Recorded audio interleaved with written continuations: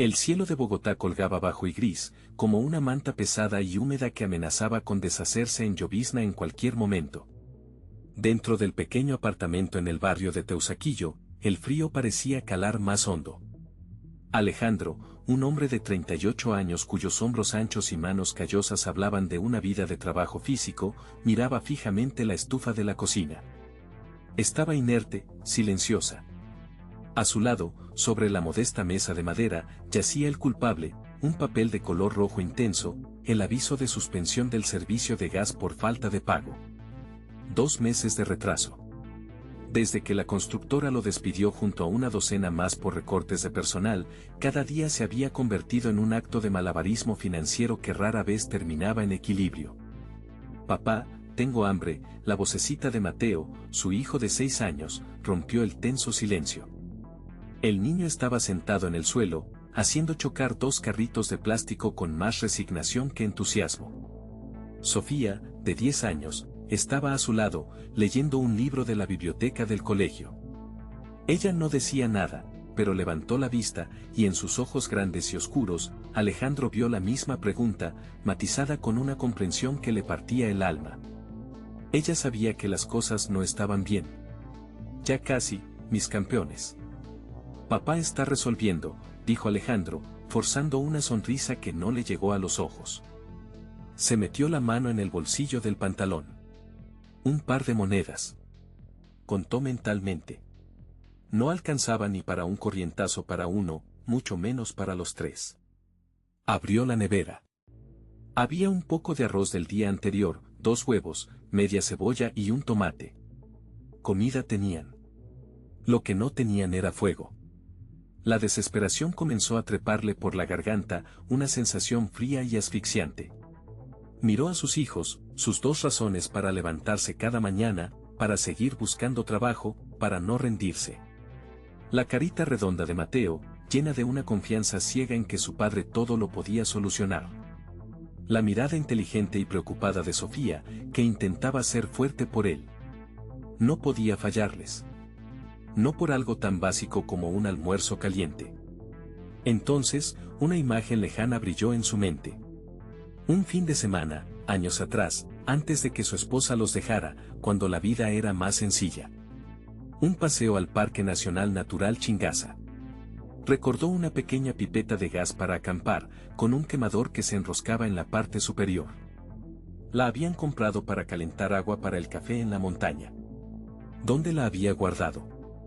Se levantó con un nuevo propósito y se dirigió al pequeño cuarto de San Alejo, un rincón desordenado donde se acumulaban las cosas olvidadas. Después de mover una caja con herramientas viejas y un par de zapatos rotos, la encontró.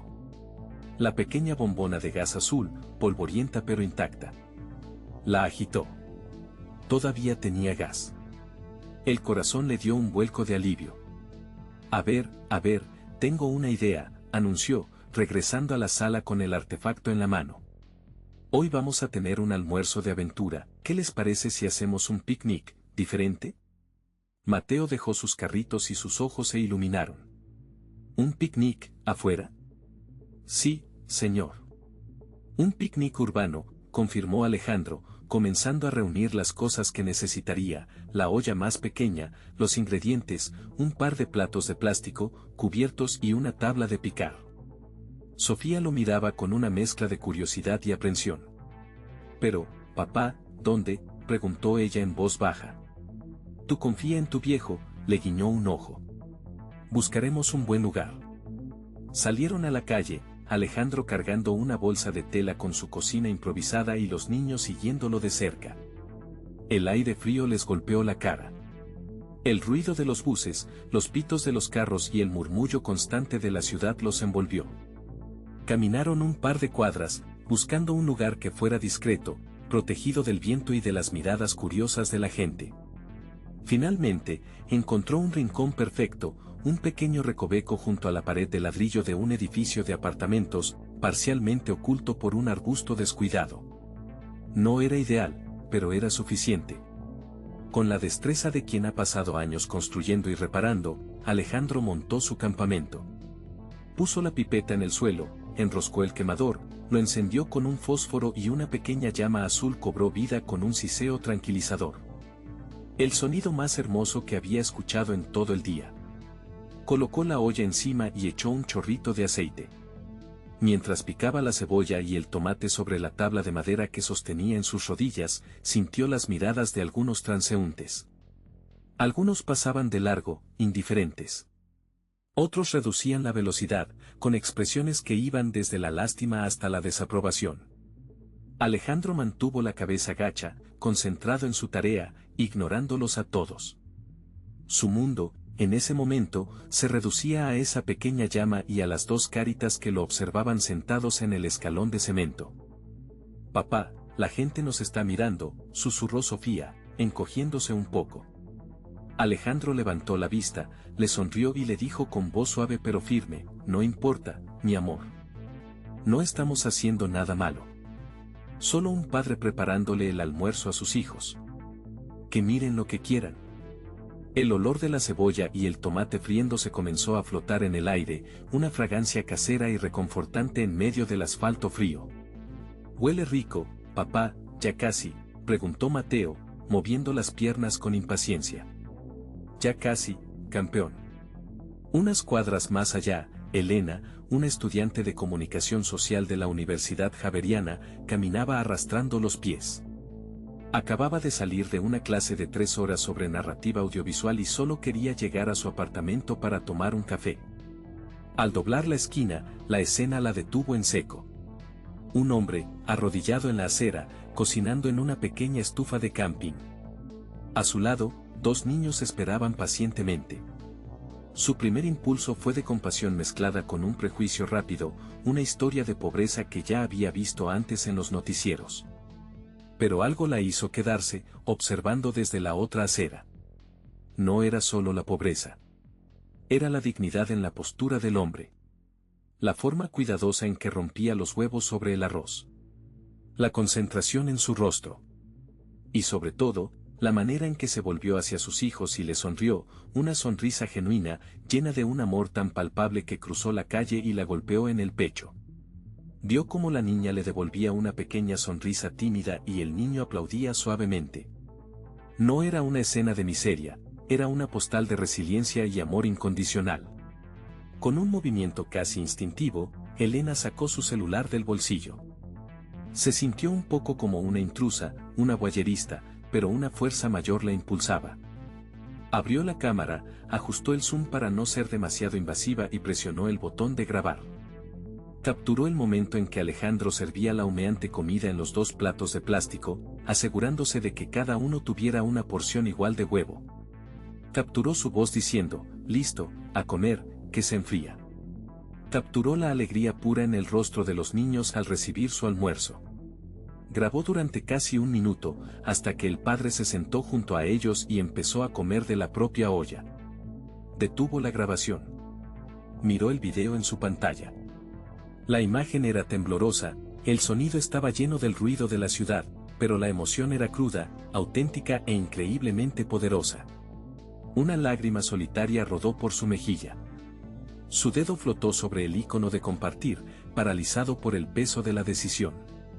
¿Qué debía hacer con esto? ¿Tenía derecho a exponer un momento tan íntimo?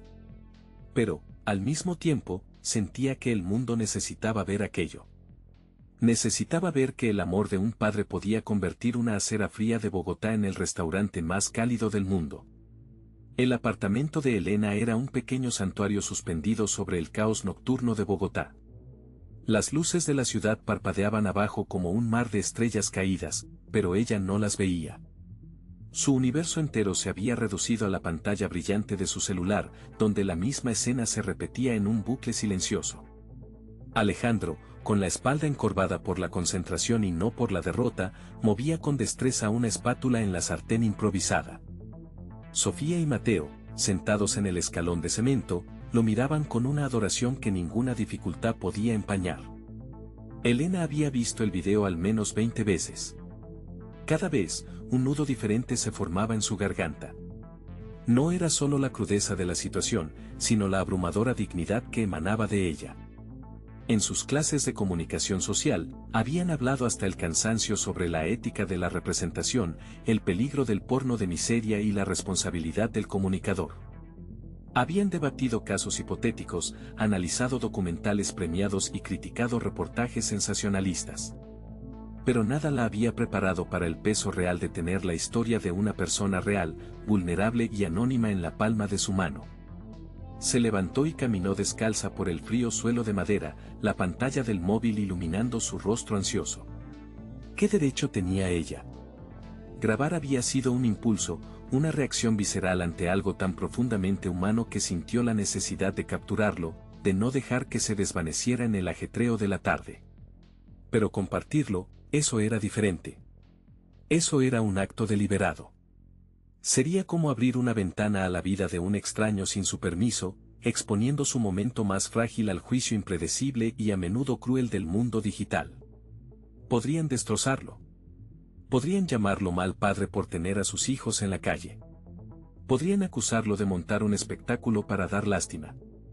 O, peor aún, podrían ignorarlo, y su valiente acto de amor se perdería en el torrente infinito de memes y bailes virales. Se asomó al balcón, sintiendo el aire fresco y contaminado de la noche bogotana. El ruido constante de la ciudad era un murmullo que normalmente la arrullaba, pero esta noche parecía amplificar su confusión. Pensó en su propio padre, un hombre trabajador que, aunque nunca enfrentó una situación tan extrema, le había enseñado el valor del orgullo y el trabajo silencioso. Él odiaría ser exhibido así. Volvió a entrar y se sentó en el sofá, abriendo de nuevo el video. Esta vez, subió el volumen. Escuchó el chisporroteo del aceite, la voz suave de Alejandro diciendo ya casi está, mis campeones, y la risa cristalina de Sofía cuando Mateo hizo una mueca graciosa. No había vergüenza en sus voces. No había humillación en sus posturas. Lo que había era una familia, unida y resiliente, creando un refugio en medio de la adversidad. La historia no era sobre la pobreza, se dio cuenta de repente, con una claridad que la sorprendió. Era sobre la paternidad. Era sobre un amor tan poderoso que podía transformar una acera gris en un comedor y un almuerzo humilde en un banquete. Era una historia de fortaleza, no de debilidad. Y esa historia, sintió con una convicción creciente, merecía ser contada. No para generar lástima, sino para inspirar respeto. Tomó una decisión. Abrió su perfil en una red social, un espacio que hasta ahora solo usaba para fotos de sus viajes y proyectos universitarios. Seleccionó el video. La pantalla le pedía que escribiera un pie de foto. Sus dedos temblaron sobre el teclado virtual. Borró el primer intento, demasiado dramático. El segundo, demasiado político. Quería que sus palabras fueran un marco protector para la imagen, no una explotación de ella. Finalmente, escribió desde el corazón. Esta tarde, caminando por Bogotá, no vi a un hombre pobre. Vi a un padre en su máxima expresión. No vi carencia, vi una abundancia de amor que muchos desearían tener. En un mundo que a menudo nos muestra lo peor, quise compartir algo que me recordó lo mejor de nosotros. No sé quién es, pero es un héroe anónimo. Su lucha es la de muchos, pero su dignidad es toda suya. Esto también es Bogotá. Añadió un par de hashtags que le parecieron adecuados, almohadilla amor de padre, almohadilla dignidad, almohadilla héroe sin capa, almohadilla Bogotá. Su pulgar flotó sobre el botón de publicar durante un largo segundo que pareció una eternidad. Era un punto de no retorno. Cerró los ojos, tomó aire y lo presionó. Hecho. Por un momento, no pasó nada. El silencio en su apartamento se sentía más pesado que antes. Dejó el teléfono boca abajo sobre la mesa de centro, como si temiera su reacción. Se sirvió un vaso de agua, intentando calmar el ritmo acelerado de su corazón. ¿Había hecho lo correcto? Solo el tiempo lo diría. Pasaron 5 minutos. Luego 10. La curiosidad la venció. Le dio la vuelta al teléfono. La pantalla se iluminó con una avalancha de notificaciones. Decenas de me gusta. Varios comentarios. «¡Qué ejemplo de hombre!», decía uno. «¿Alguien sabe cómo podemos ayudarlo?», preguntaba otro. Me hiciste llorar. Gracias por compartir. Y, como esperaba, también había críticas. ¿Y le pediste permiso para grabarlo? Invasión de la privacidad. Elena leyó ese comentario y sintió una punzada de culpa, pero fue rápidamente ahogada por la oleada de respuestas positivas. El contador de visualizaciones subía a una velocidad vertiginosa.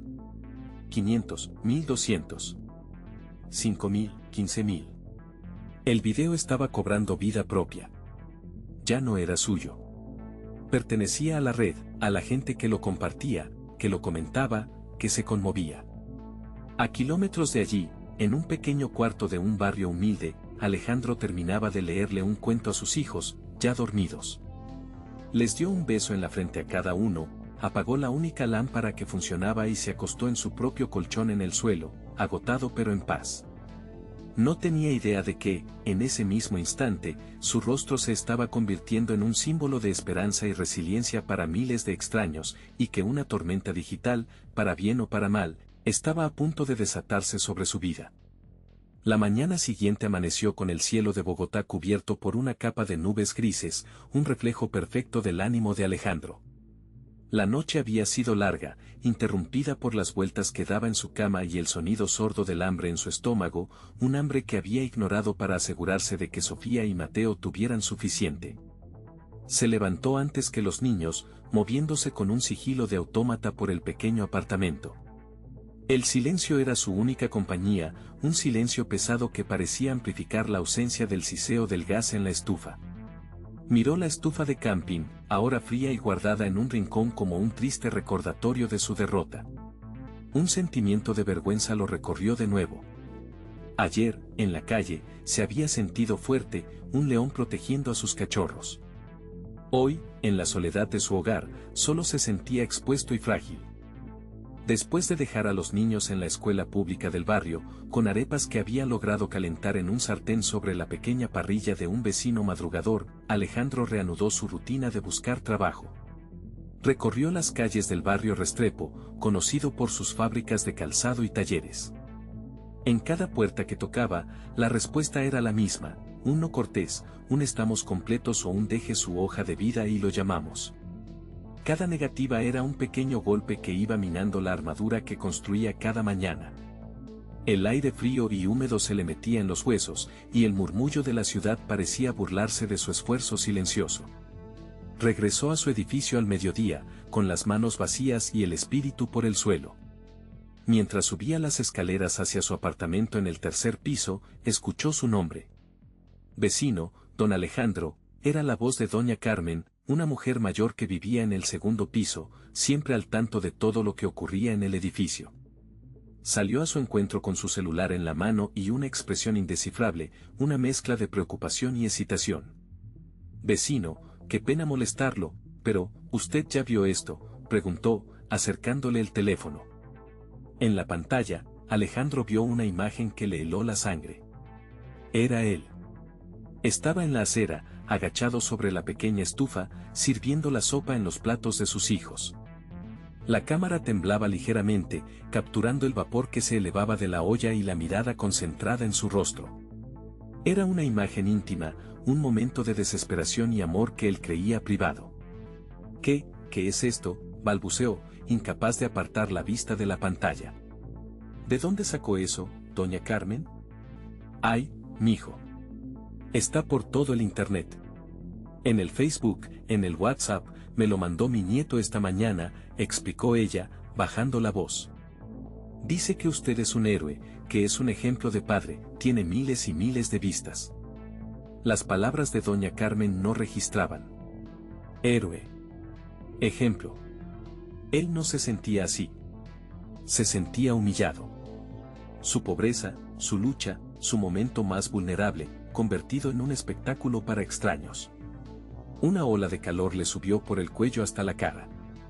Era una mezcla de rabia y vergüenza tan intensa que le dificultaba respirar. Le arrebató el teléfono de las manos a doña Carmen, sin delicadeza, y comenzó a desplazarse por los comentarios. Vio mensajes de apoyo, bendiciones, ofertas de ayuda. Pero también vio comentarios que lo señalaban, que juzgaban, que sentían lástima. Cada palabra era como una aguja clavándose en su orgullo. ¿Quién grabó esto?, preguntó con una voz ronca, devolviéndole el teléfono.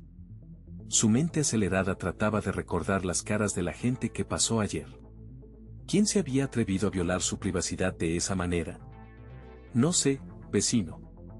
Pero la gente está conmovida, insistió doña Carmen, ajena a la tormenta que se desataba dentro de él. No lo vea por el lado malo. Alejandro no pudo responder. Subió el resto de las escaleras a trompicones, entró a su apartamento y cerró la puerta de un golpe. Se apoyó contra ella, cerrando los ojos con fuerza, tratando de borrar la imagen de su propia desgracia en la pantalla de un celular. Se sentía desnudo, como si el mundo entero hubiera entrado a su casa sin permiso para hurgar en sus heridas. ¿Cómo iba a mirar a sus hijos a la cara? ¿Cómo iba a caminar por el barrio sabiendo que todos conocían su secreto más doloroso? Pasó la siguiente hora en un limbo de furia y desesperación. Caminaba de un lado a otro en la pequeña sala, imaginando la cara de la persona que lo había grabado. ¿Buscaba fama? ¿Quería burlarse? La idea de que su amor por sus hijos fuera usado como contenido viral le revolvía el estómago. Justo cuando su ira alcanzaba su punto máximo, llamaron a la puerta. No con la familiaridad de un vecino, sino con 3 golpes firmes y respetuosos. Por un momento, pensó en no abrir. Pero la insistencia de los golpes lo obligó a moverse. Abrió la puerta apenas una rendija, con el ceño fruncido. Afuera había un hombre de unos 50 años, bien vestido pero de manera sencilla, con una cara amable y manos curtidas por el trabajo. «Buenas tardes», dijo el hombre con una voz serena. «¿Usted es el señor Alejandro? Disculpe que lo moleste en su casa». «Depende de para qué me busca», respondió Alejandro, a la defensiva. El hombre sonrió levemente, una sonrisa comprensiva. «Mi nombre es Ricardo. Soy el dueño del restaurante, El Sazón de la Abuela, a unas cuadras de aquí. Sé que mi visita es inesperada, pero, vi el video». Alejandro sintió cómo se le tensaban todos los músculos. Estaba a punto de cerrarle la puerta en la cara cuando Ricardo continuó, hablando rápidamente. «Mire, señor, no vengo a ofrecerle lástima ni a regalarle nada. Vengo a hablar de trabajo. En ese video, no vi a un hombre pobre. Vi a un cocinero. Vi la dedicación con la que servía esa sopa. Vi a alguien que sabe que la comida no solo llena el estómago, sino también el corazón. Yo empecé mi negocio con menos que eso, créame». Alejandro lo miró, incrédulo. El hombre no tenía la mirada compasiva que tanto odiaba. Tenía una mirada de respeto. «Necesito un ayudante de cocina», continuó Ricardo. «Alguien con buena sazón y, más importante, con ganas de trabajar. Le ofrezco una prueba. Venga mañana, trabaje el día, y si nos entendemos, el puesto es suyo. Con un sueldo fijo, sus prestaciones, todo como manda la ley». La oferta quedó suspendida en el aire, flotando entre los 2 hombres en el umbral de la puerta. Era una cuerda de salvamento, una oportunidad real que nacía directamente del acto que lo había humillado. La cabeza de Alejandro era un caos. La rabia por la invasión de su privacidad luchaba contra la abrumadora necesidad de aceptar esa oferta. Era la respuesta a sus plegarias, pero venía envuelta en el papel de su propia vergüenza. Miró más allá de Ricardo, hacia la calle gris, y pensó en Sofía y Mateo. Pensó en el siseo del gas, en un plato de comida caliente servido en una mesa, no en la acera. La decisión que tomara en ese momento podría cambiarlo todo. El aire en el umbral del apartamento se sentía denso, cargado con el peso de la decisión de Alejandro. Frente a él, Ricardo esperaba con una paciencia que parecía entender la tormenta que se desataba dentro del padre. Alejandro miró por encima del hombro de Ricardo, hacia el interior de su hogar, donde Sofía y Mateo jugaban en silencio, sus risas apagadas por la tensión de las últimas semanas. La imagen de sus rostros, sus miradas expectantes, fue el ancla que lo devolvió a la realidad. Su orgullo era una herida profunda, pero el hambre de sus hijos era un dolor insoportable. Tragó saliva, el nudo en su garganta se aflojó apenas lo suficiente para dejar salir las palabras. «Acepto», dijo, su voz un murmullo ronco, casi inaudible. Acepto el trabajo. Ricardo no sonrió, pero una expresión de alivio y respeto cruzó su rostro. Asintió lentamente. Perfecto, Alejandro. No se va a arrepentir. Lo espero mañana a las 7 en punto en El Sazón de la Abuela. Pregunte por mí en la entrada. Le tendió la mano, y esta vez, Alejandro la estrechó con firmeza. Era el primer pacto de esperanza que sellaba en mucho tiempo. La mañana siguiente, el frío característico de Bogotá calaba los huesos, pero Alejandro apenas lo sentía. Caminaba por las calles aún adormecidas, una mezcla de ansiedad y determinación impulsando sus pasos. Cada grieta en la acera le recordaba el lugar donde su humillación se había hecho pública, pero también el lugar donde, irónicamente, su suerte había empezado a cambiar. Se detuvo frente a la fachada del restaurante. El Sazón de la Abuela era un lugar acogedor, con macetas de geranios colgando de las ventanas y un letrero de madera tallada. Respiró hondo, el aroma a café recién hecho y a sofrito de cebolla escapando por la puerta, y entró. La cocina era un universo de caos organizado.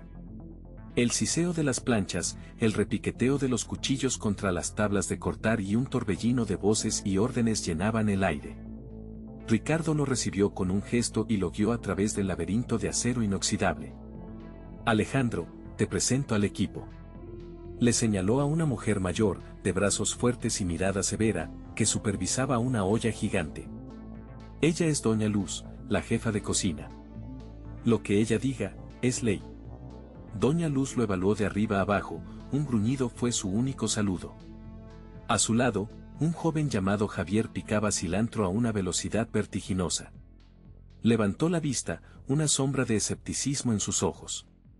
Y él es Javier. El más rápido con el cuchillo, añadió Ricardo con una media sonrisa. La primera tarea de Alejandro fue humilde pero esencial. Ricardo lo llevó a una esquina donde dos cajas enormes rebosaban de papas y zanahorias. Necesito todo esto pelado y picado.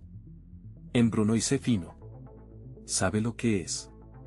Alejandro asintió, aunque la precisión del corte profesional era algo nuevo para él. Se puso un delantal y comenzó. Sus manos, acostumbradas a reparaciones toscas y al trabajo de construcción, se sentían torpes manejando el pequeño cuchillo de cocina. Sus primeros cubos eran desiguales, torpes. Así no, hombre. Parecen ladrillos, se burló Javier sin detener su propio trabajo. Alejandro sintió una oleada de vergüenza, pero apretó la mandíbula y continuó. Fue Doña Luz quien se acercó. Sin decir una palabra, tomó su mano y guió sus movimientos, mostrándole el ángulo correcto, la presión justa. Con paciencia, mijo. La cocina es paciencia y respeto por el producto, dijo con una voz sorprendentemente suave antes de volver a sus ollas. Las horas se hicieron eternas. Su espalda dolía, sus dedos ardían y el sudor le perlaba la frente. Durante el pico del almuerzo, lo asignaron a la estación de lavado, fregando una montaña interminable de ollas y platos. Era un trabajo agotador y sin gloria, pero Alejandro lo hizo sin una sola queja, fregando cada pieza con una dedicación feroz. Desde la distancia, Ricardo lo observaba, notando no su habilidad, sino su inquebrantable ética de trabajo. Al final del turno, cuando la cocina comenzaba a calmarse, Ricardo se le acercó. Prepara algo para el personal, Alejandro. Lo que usted sepa hacer. Con los ingredientes del restaurante a su disposición, Alejandro preparó el mismo plato que había cocinado en la acera, arroz, frijoles y un guiso de carne sencillo. Pero esta vez, el sabor era más profundo, enriquecido no solo por los mejores ingredientes, sino por una pizca de esperanza recuperada. Sirvió los platos en silencio. El equipo comió. Javier no dijo nada, pero se sirvió una segunda porción. Doña Luz lo miró, masticó lentamente y finalmente asintió. Tiene buena sazón, muchacho. No está mal. Ese pequeño cumplido se sintió como la medalla más grande que jamás había recibido. Esa noche, Alejandro caminó de regreso a casa con el cuerpo adolorido, pero el espíritu ligero. En una bolsa llevaba las obras que Ricardo insistió que se llevara. Cuando abrió la puerta, Sofía y Mateo corrieron a abrazarlo. Sus ojos se abrieron como platos al ver la comida, pero fue el cambio en la mirada de su padre lo que realmente los impactó. El velo de desesperación se había levantado, reemplazado por un brillo de orgullo cansado. Mientras cenaban juntos, por primera vez en meses sin la sombra de la incertidumbre, la risa de sus hijos volvió a llenar el pequeño apartamento. Mientras tanto, a kilómetros de distancia, en la biblioteca de su universidad, Elena no podía concentrarse. Actualizaba la página del video una y otra vez. Leyó los comentarios hasta que encontró uno que hablaba del dueño de un restaurante que le había ofrecido trabajo al hombre del video. Un inmenso alivio la invadió, pero venía acompañado de una punzada de culpa. El video había ayudado, pero ¿a qué costo para la dignidad de Alejandro? Sentía una necesidad imperiosa de hablar con él, de asegurarse de que estaba bien, de pedirle perdón. Buscó en internet, el sazón de la abuela. Encontró la dirección. Cerró su laptop, guardó sus cosas y tomó una decisión. Tenía que ir. Tenía que enfrentarse a las consecuencias de su clic. Al final del día, Alejandro arropaba a sus hijos. Sofía le tomó la mano. «¿Mañana también vas a ir a cocinar, papi?», preguntó con voz somnolienta. «Sí, mi amor. Mañana y todos los días que pueda», respondió él, dándole un beso en la frente. Se quedó un momento en la oscuridad, mirando por la ventana las luces de la ciudad. Aún quedaba un largo camino por recorrer, pero por primera vez, sentía que estaba caminando en la dirección correcta, sin saber que la persona que había iniciado todo ese torbellino ya estaba trazando una ruta para encontrarlo. El segundo día de Alejandro en El Sazón de la Abuela comenzó con una sensación distinta. El peso aplastante de la desesperación había sido reemplazado por el dolor sordo de la fatiga muscular y una chispa de propósito. El aire de la madrugada en Bogotá, frío y cortante, ya no se sentía como un enemigo, sino como un llamado a la acción. Al llegar, el restaurante aún estaba en penumbra, olía a productos de limpieza y al café que Ricardo siempre preparaba primero. «Buenos días, Alejandro», saludó Ricardo con una sonrisa genuina, pasándole una taza humeante. «¿Listo para el segundo round?»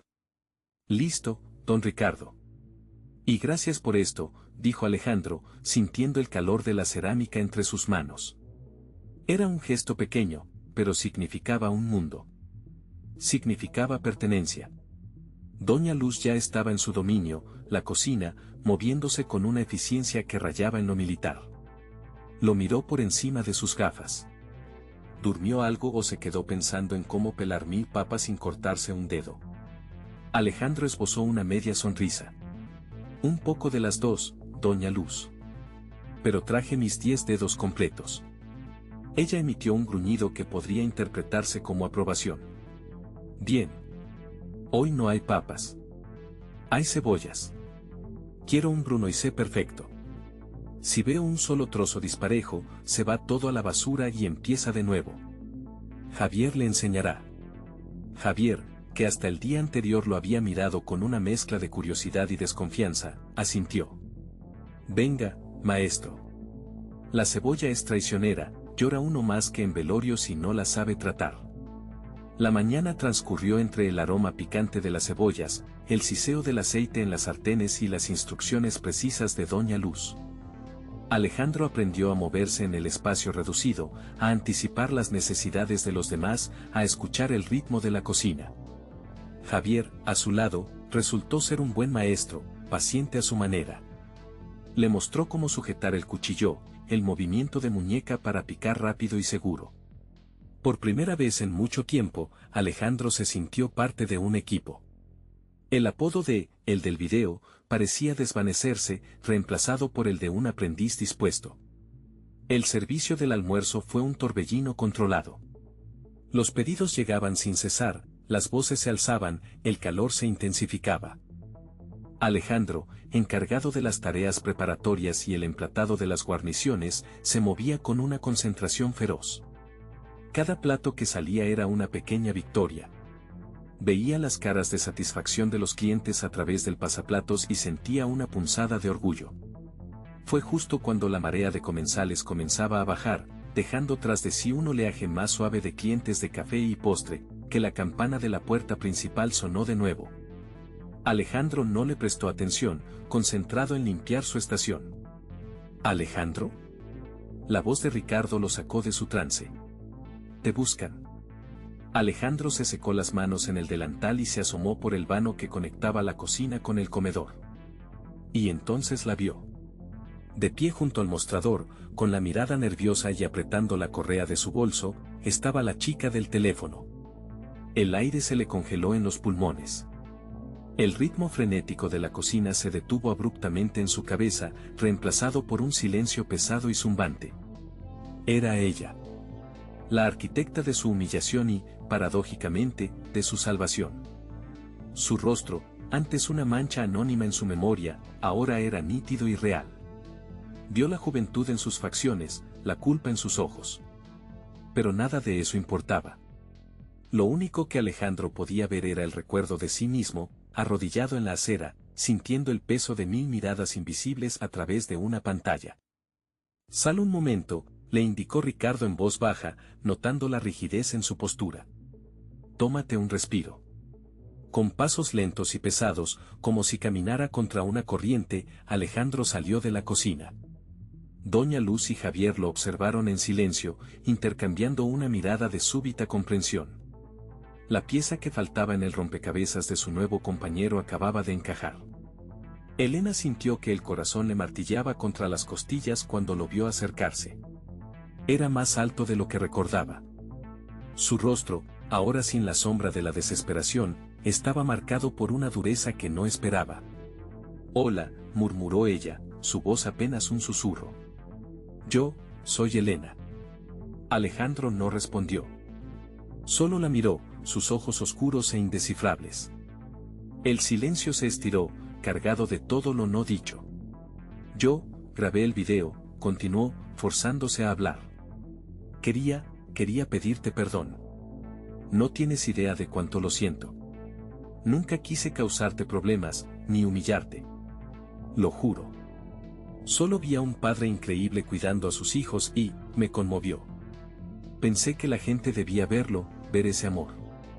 La palabra, amor, pareció romper el hechizo de su silencio. Una risa amarga, sin rastro de alegría, escapó de los labios de Alejandro. «¿Amor?», repitió, su voz baja y rasposa. «Usted no vio amor.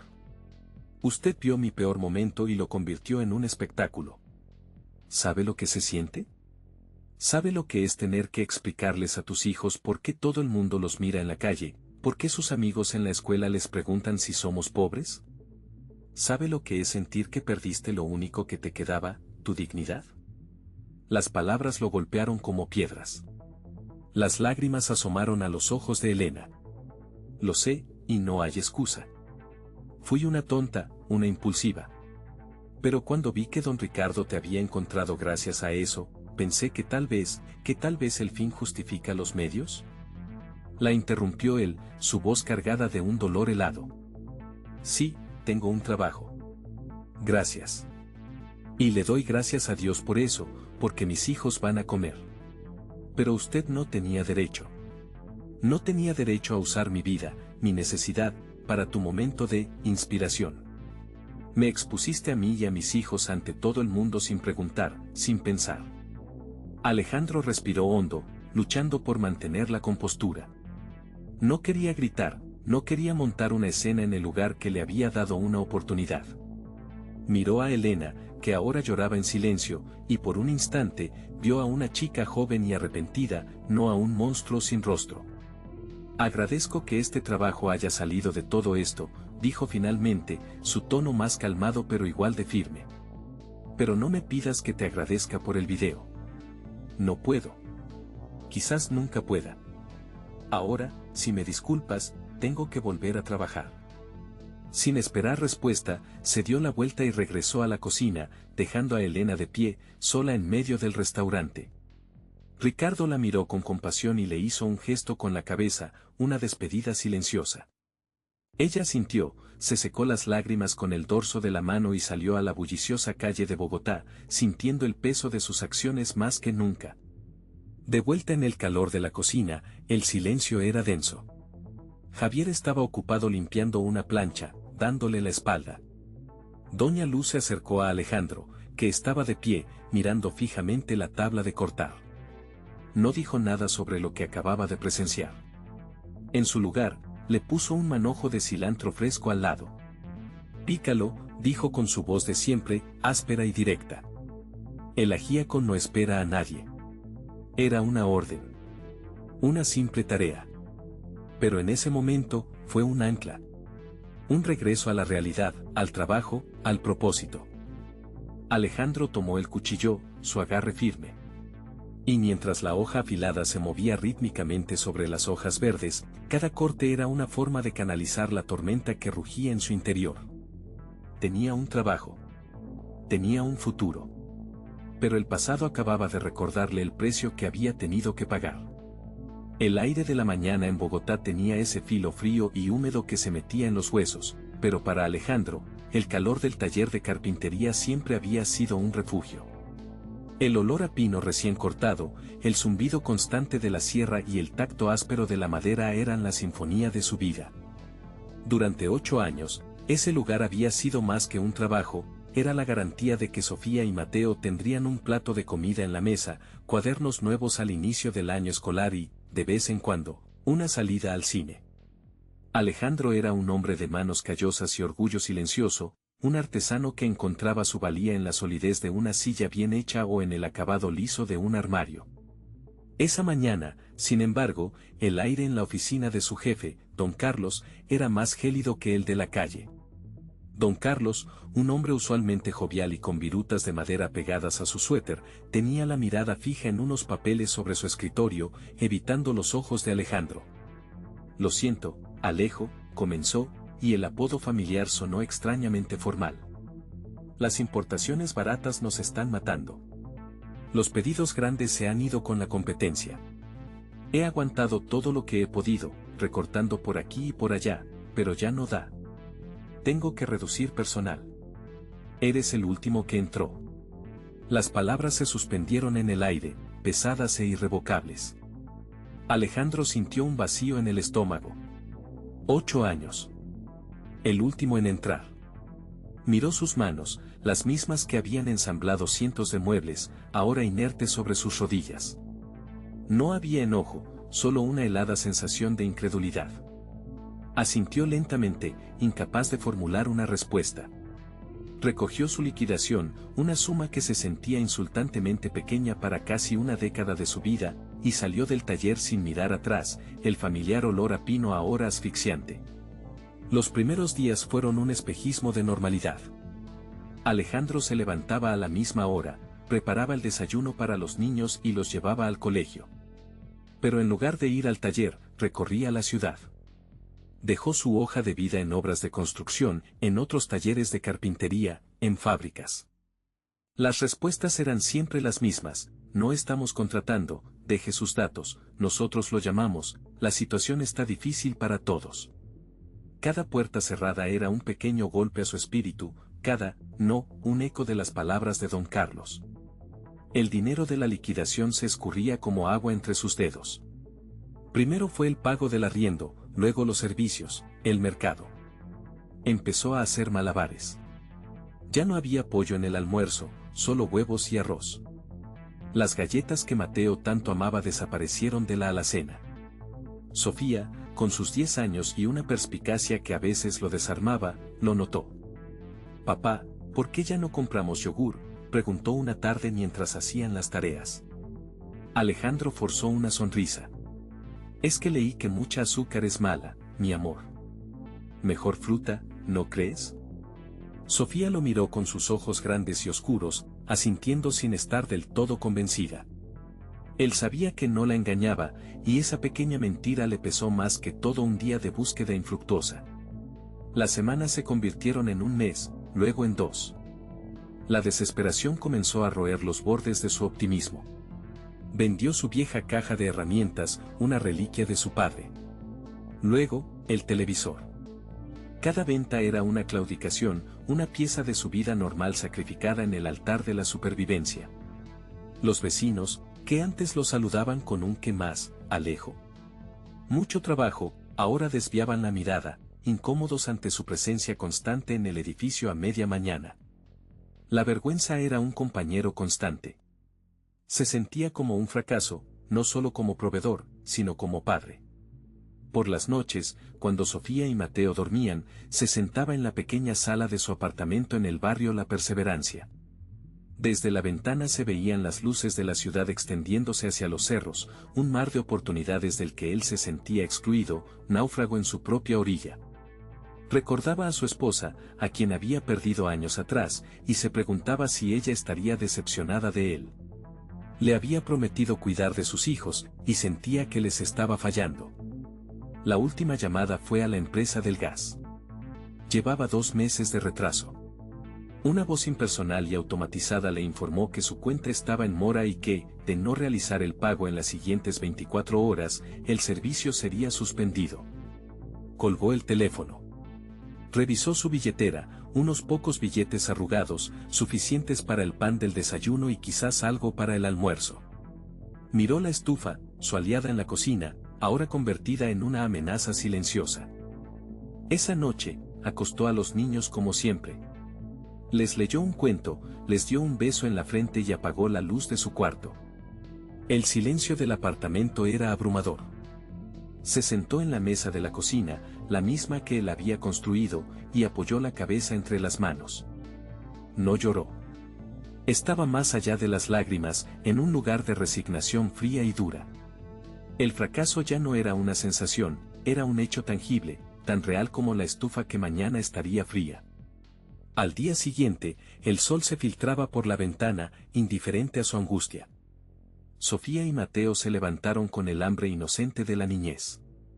«Papá, tengo hambre», dijo Mateo, tirando de su camisa. Alejandro lo miró, y en ese instante, una chispa de rebeldía se encendió en su interior. La vergüenza y la desesperación podían consumirlo a él, pero no tocarían a sus hijos. No mientras él pudiera hacer algo al respecto. Se levantó y caminó hacia el pequeño balcón donde guardaba trastos viejos. Allí, cubierta de polvo, estaba la pequeña estufa de camping que usaban años atrás para los paseos dominicales. La sacó, limpió la boquilla y revisó el pequeño cilindro de gas que aún contenía un resto de combustible. No era mucho, pero sería suficiente. Suficiente para hoy. Miró la estufa de la cocina, ahora inútil, y luego la pequeña estufa portátil. No había otra opción. Tomó una olla, los huevos, las arepas y el aceite. Con el corazón apretado pero con una determinación renovada, caminó hacia la puerta. No podía cocinar adentro, pero afuera, en la acera, bajo el cielo abierto de Bogotá, aún podía ser un padre. Aún podía darles de comer a sus hijos. Pasaron 3 meses. El sol de la tarde en Bogotá se filtraba por las ventanas de la cocina de El Sazón de la Abuela, pintando rayas doradas sobre el vapor que ascendía de las ollas.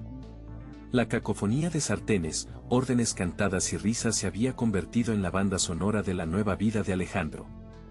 Ya no estaba relegado al fregadero, ahora se movía con una eficiencia tranquila por toda la cocina, coordinando, ayudando a emplatar, e incluso aportando ideas que Doña Luz, con un asentimiento de cabeza, aceptaba.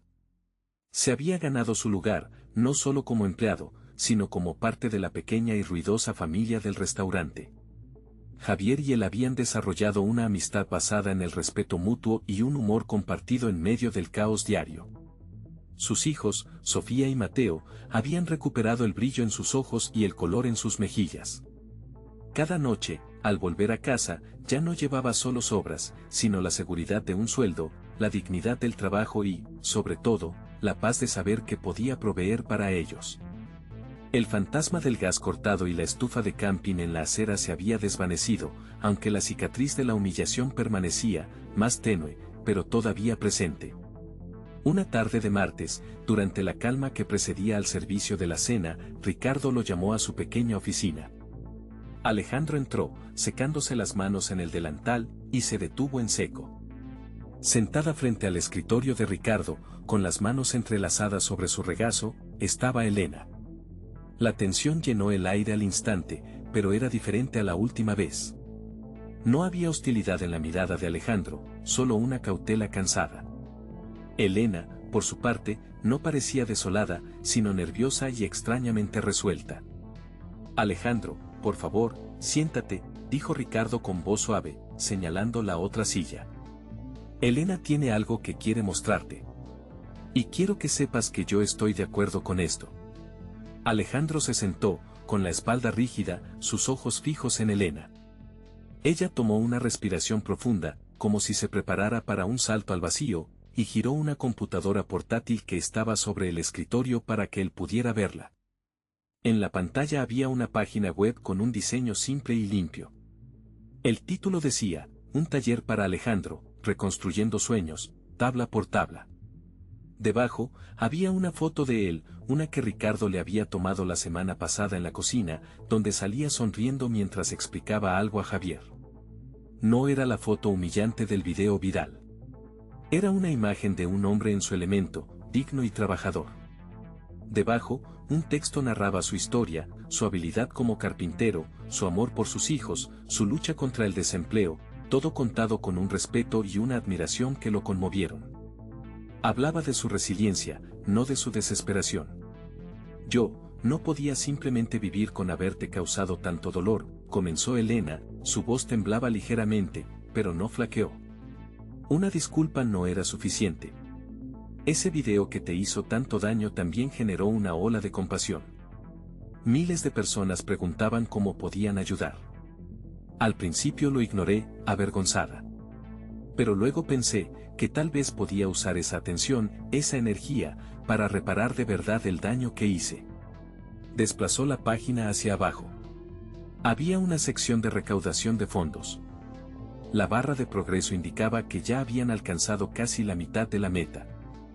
Una meta para comprar un juego completo de herramientas de carpintería profesionales y alquilar un pequeño local para un taller durante 6 meses.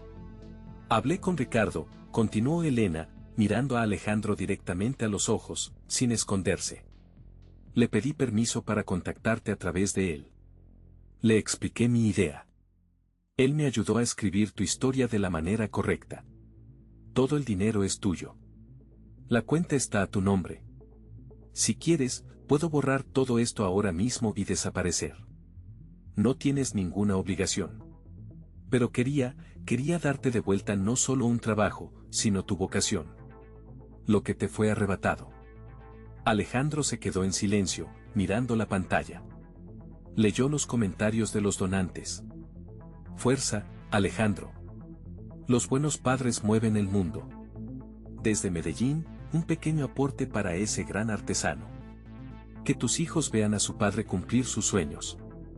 Cada palabra era un bálsamo sobre la vieja herida. El nudo en su garganta era tan grande que apenas podía respirar. Levantó la vista y miró a Elena. Ya no veía a la chica imprudente con un teléfono, sino a una mujer joven que había cometido un error y que había trabajado incansablemente para enmendarlo de la forma más significativa posible. Vio su arrepentimiento convertido en acción.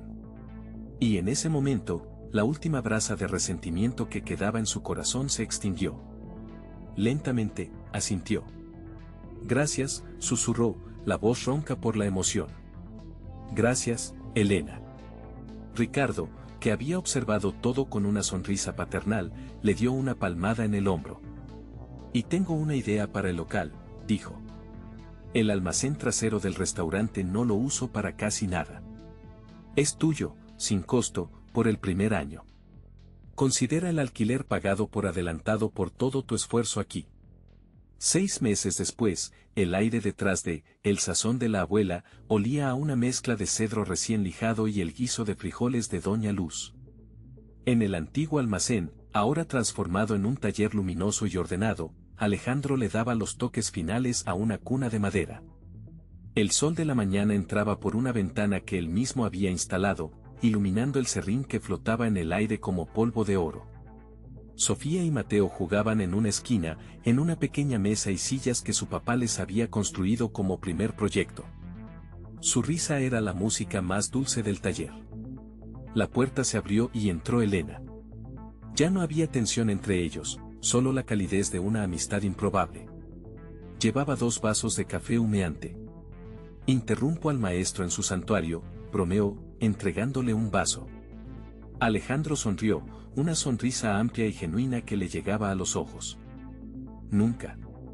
Estaba a punto de tomar un descanso. Miró la cuna con orgullo. Es mi primer encargo grande. Para una pareja del barrio. Es preciosa, Alejandro. De verdad. Su mirada se posó en una pequeña estantería junto a su banco de trabajo. Sobre ella, delicadamente tallado en un trozo de madera de nogal, había un pequeño pájaro a punto de alzar el vuelo. Alejandro siguió su mirada. Es para ti, dijo en voz baja. Para que recuerdes que a veces, incluso lo que empieza con un tropiezo, puede enseñarnos a volar. Elena lo tomó en sus manos, sintiendo la suavidad de la madera pulida. Las lágrimas asomaron a sus ojos, pero esta vez eran de gratitud. Se quedaron en silencio por un momento, bebiendo su café, mientras los niños reían y el aroma de la madera y la comida se entrelazaban, creando el perfume de un hogar reconstruido. Alejandro observó a sus hijos, su taller, a su nueva amiga. La calle, la estufa de camping, la vergüenza, todo parecía de otra vida. Había superado el obstáculo más grande de su vida, no solo con su propia fuerza, sino con el apoyo inesperado de quienes lo rodeaban. Su dignidad no solo había sido restaurada, había sido forjada en el fuego de la adversidad y ahora brillaba más fuerte que nunca.